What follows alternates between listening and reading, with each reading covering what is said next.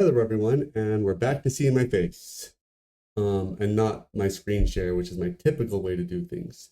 Now, I am hot on the heels of recording my last video, which is a video about kind of tips and tricks to making the system integrate well and smoothly, making sure cameras and stuff are well positioned. And while filming that video, I noticed one of the most common errors that may occur. And so I decided to quickly make this video, which is kind of a more in-depth video discussing kind of debugging and figuring out solutions to common problems that have occurred for both myself, which I saw immediately when I was recording this video, and playtesters. So I'm going to switch over to my screen and kind of demonstrate this problem. So this problem occurred. This video was all about how to make the system integrate well, and there is an immediate, obvious visual problem with what we're seeing here. And I briefly wanted to touch about it and why it occurs. And that's these deployment zones. These are the potential deployment zones for a Dawn of War deployment, which are kind of like long table edge deployment zones for the system. And while their thickness may look okay, you can tell they're kind of like not where, and let's say we're playing on this kind of grayish bluish table mat. They are not in the position one would imagine they should be. One would imagine with lengthwise deployment, they should line up perfectly with the back edge of the table mat, and also this edge should line up with this edge. That's because that's how long, that's where the deployment zones should be. But right now you can see they're very misaligned.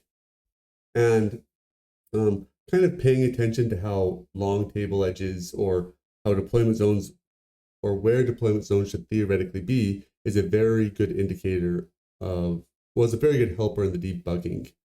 So I'll briefly talk about what we can do here with it. So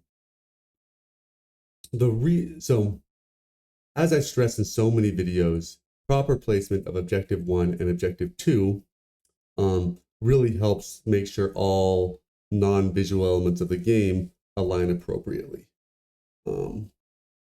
And so, for example, in this case, we have objective 1 and objective 2. So I've built an objective layout. This is a simple tutorial layout that has two objectives, objectives 1 and objective 2. They're placed along the center line of the gameplay area, and they are 18 inches apart. And you can kind of see where they should be placed. Place objective 1 at 21, 22, and objective 2 at 39, 22, and ensure the distance between them center to center is 18 inches. So that's just kind of instructions for how they should be placed. And whenever you see something like this, where your deployment zones or other non-visual elements are poorly placed on kind of like as a map overlay, that's indicative of poorly placed objectives. And so in this case, we see that we have a lot of space coming off this right side where it thinks the objective is, well, where it thinks the deployment zone is, and it's not really, it's not on the map.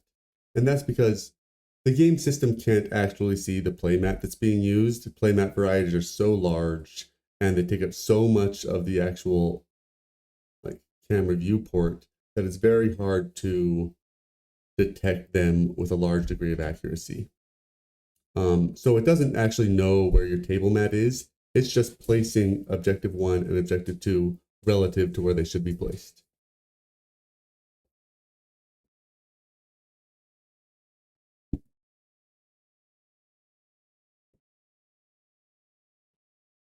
And so in this case, I can honestly say that objective 1 and objective 2 probably aren't properly placed along the midline. So I'm going to, I can tell because of how this is coming off this far edge, they probably need to be shifted this way, that is to the left, so that they're more centered on the game playing field. So I'm going to kind of show my base camera. I'm going to go back to my objectives and kind of remove them, move them this way, so that they're more centered on the map. And I'm going to place objective 1 at 21, 22 exactly.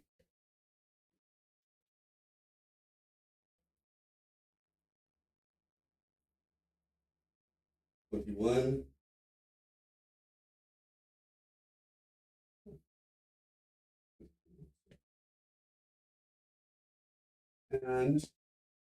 And I'm going to be placing objective 2 at 3922.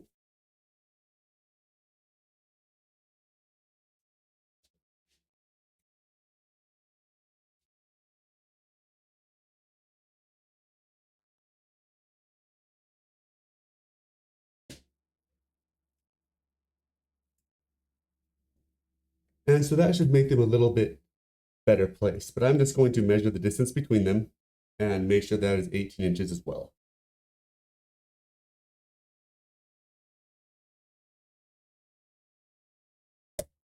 All right, so I've done all that, and now I'm going to take a photo.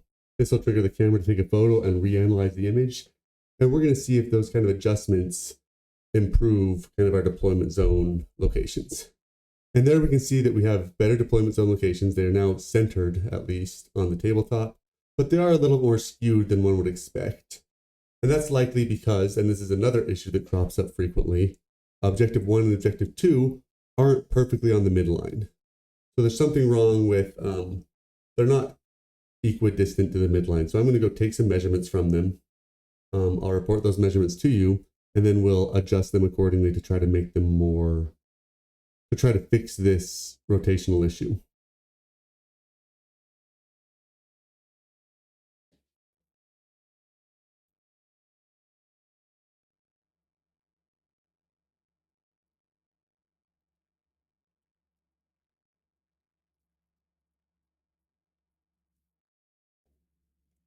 All right, you can see what I did there. I made a micro adjustment to objective 1. It was actually placed about 22.5 inches onto the table edge. So from here to here was 22.5 inches. So I moved it about half an inch back. I'm going to take another picture and kind of adjust.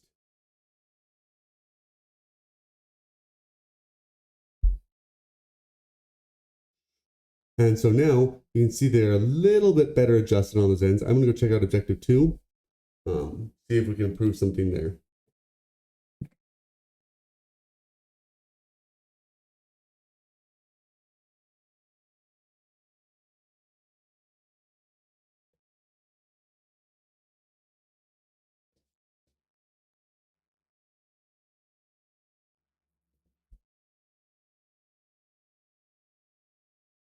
Now, this will likely improve things just a little bit,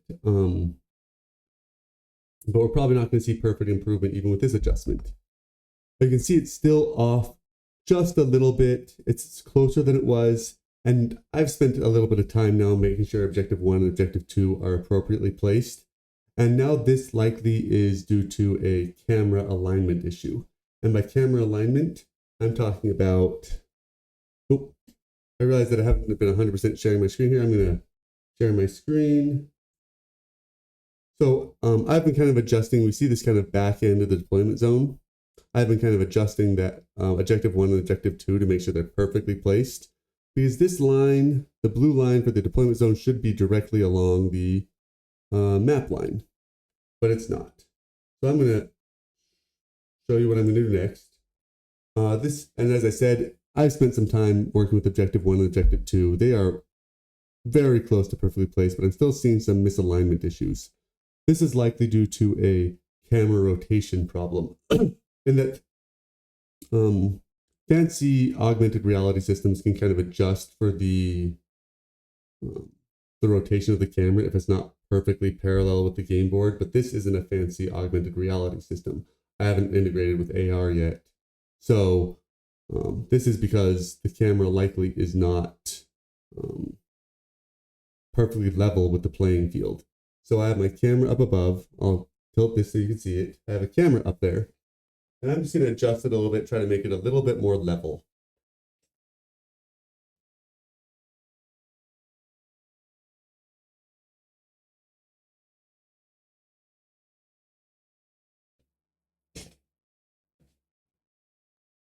We'll take another picture, see if any of that kind of adjusting I did helped.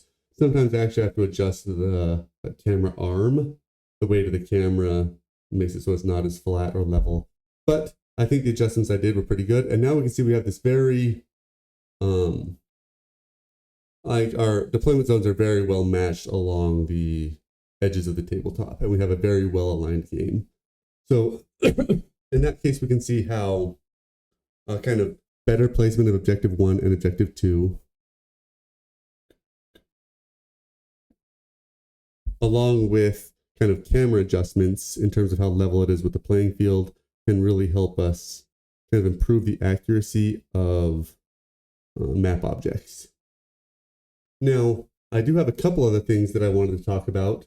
The next thing is objective spacing. And I'm just going to demonstrate what these are really quick. If you place your objectives well, the objectives will be perfectly spaced apart.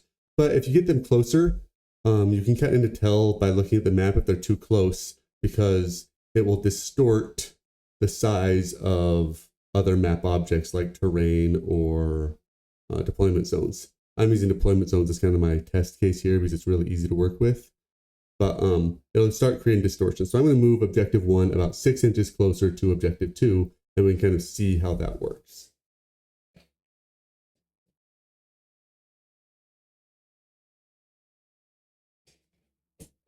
All right. I made a quick adjustment there to objective 1, and now when I take a picture, it'll go through the same analysis process. But you'll see that now the deployment zone areas are much smaller. That's because the game thinks between objective 1 and objective 2 is 18 inches, but right now it's really more like 12. Okay? And now if you go in the opposite direction, I'm going to move objective 1 6 inches back from where it should be, so now they're going to be 24 inches apart instead of the requested 18 inches.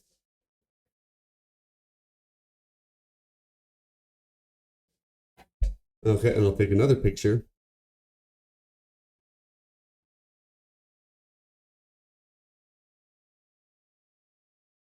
And now it thinks the deployment zones are much bigger than they should be. And so that kind of problem of the expansion and shrinking of, well, I use deployment zones all the time, but deployment zones really helps you kind of narrow down what could be going on with the system. Now, if you start seeing like strange like alignment of deployment zones or terrain or potential miniatures or events or things like that, it's likely due to the distance between the objectives. Now, another key issue I wanted to quickly focus on is kind of the angle or alignment of these objectives. Right now, these objectives should be placed along the midline, but I'm going to demonstrate what happens if these objectives are correctly spaced apart, but not along the midline. So I'm going to put objective 1 up or objective 1 up here in this corner. And so and kind of demonstrate what happens there as a kind of common error and how to debug it.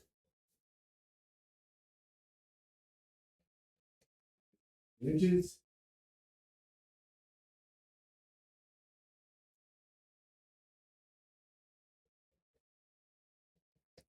All right, so I have placed objective 1 kind of on an angle with the battle mat. And remember, all this is because I can't see the battle mat. It's really frustrating, but because I can't see the battle mat, I have to deal with a whole bunch of issues.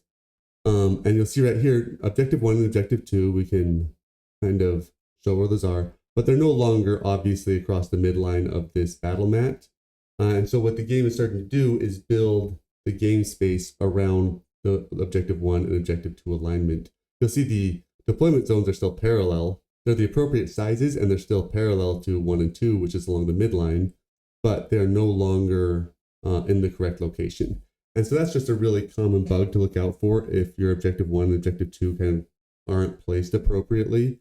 It can cause, you can tell if they're rotated by if deployment zones are rotating, or other map elements are rotating when they shouldn't be, when they should be correctly aligned with your battle mat. Okay, so the last thing I wanted to briefly talk about was this dice tray. Now I wanted to bring it up, so kind of the lessons or gotchas with objective 1 and 2 and how they can be used to debug why the system isn't showing up correctly, including camera, including like kind of manipulating the camera a little bit. But one thing I wanted to talk about, and this is aside of all that, is this dice tray. I always keep the dice tray up there We're always recognizing where the dice tray is, and that allows us to roll actual dice and recognize them. So if I take I'm going to, for example, take a picture of my dice tray, which is what the dice button does. You'll quickly see that if I go to the dice image, it does figure out where the dice tray is. And if I have dice in there, it will begin to recognize them with a very high degree of accuracy. And so just ensuring that your dice tray is within the camera's field of view does ensure that you can roll real dice during the actual game. And one thing you should think about as you're doing this is it really only recognizes these hexagonal dice trays. Luckily, you can buy 4 of these off Amazon for like $12. I've been trying to keep kind of the introduction cost extremely low. Old cell phone, a camera arm, and if you want to roll real dice, a dice tray, and you're there. And so this is literally one of the cheapest things you can buy off Amazon. And it just is easily recognizable by the system so that you can roll real dice in the game. And so if you're trying to roll real dice, this is just another error that happens. If you're trying to roll real dice and you're not using one of these hexagonal dice trays, it does cause issues trying to find out where that is. So this was kind of like going over some of the gotchas and debugging that can happen. And I hope this is helpful to some people. If you have any questions, I know it moves kind of fast, but if you have any questions, please let me know. Just message me on Discord. I'm usually very prompt in getting back to people. And I look forward to hearing more from you soon.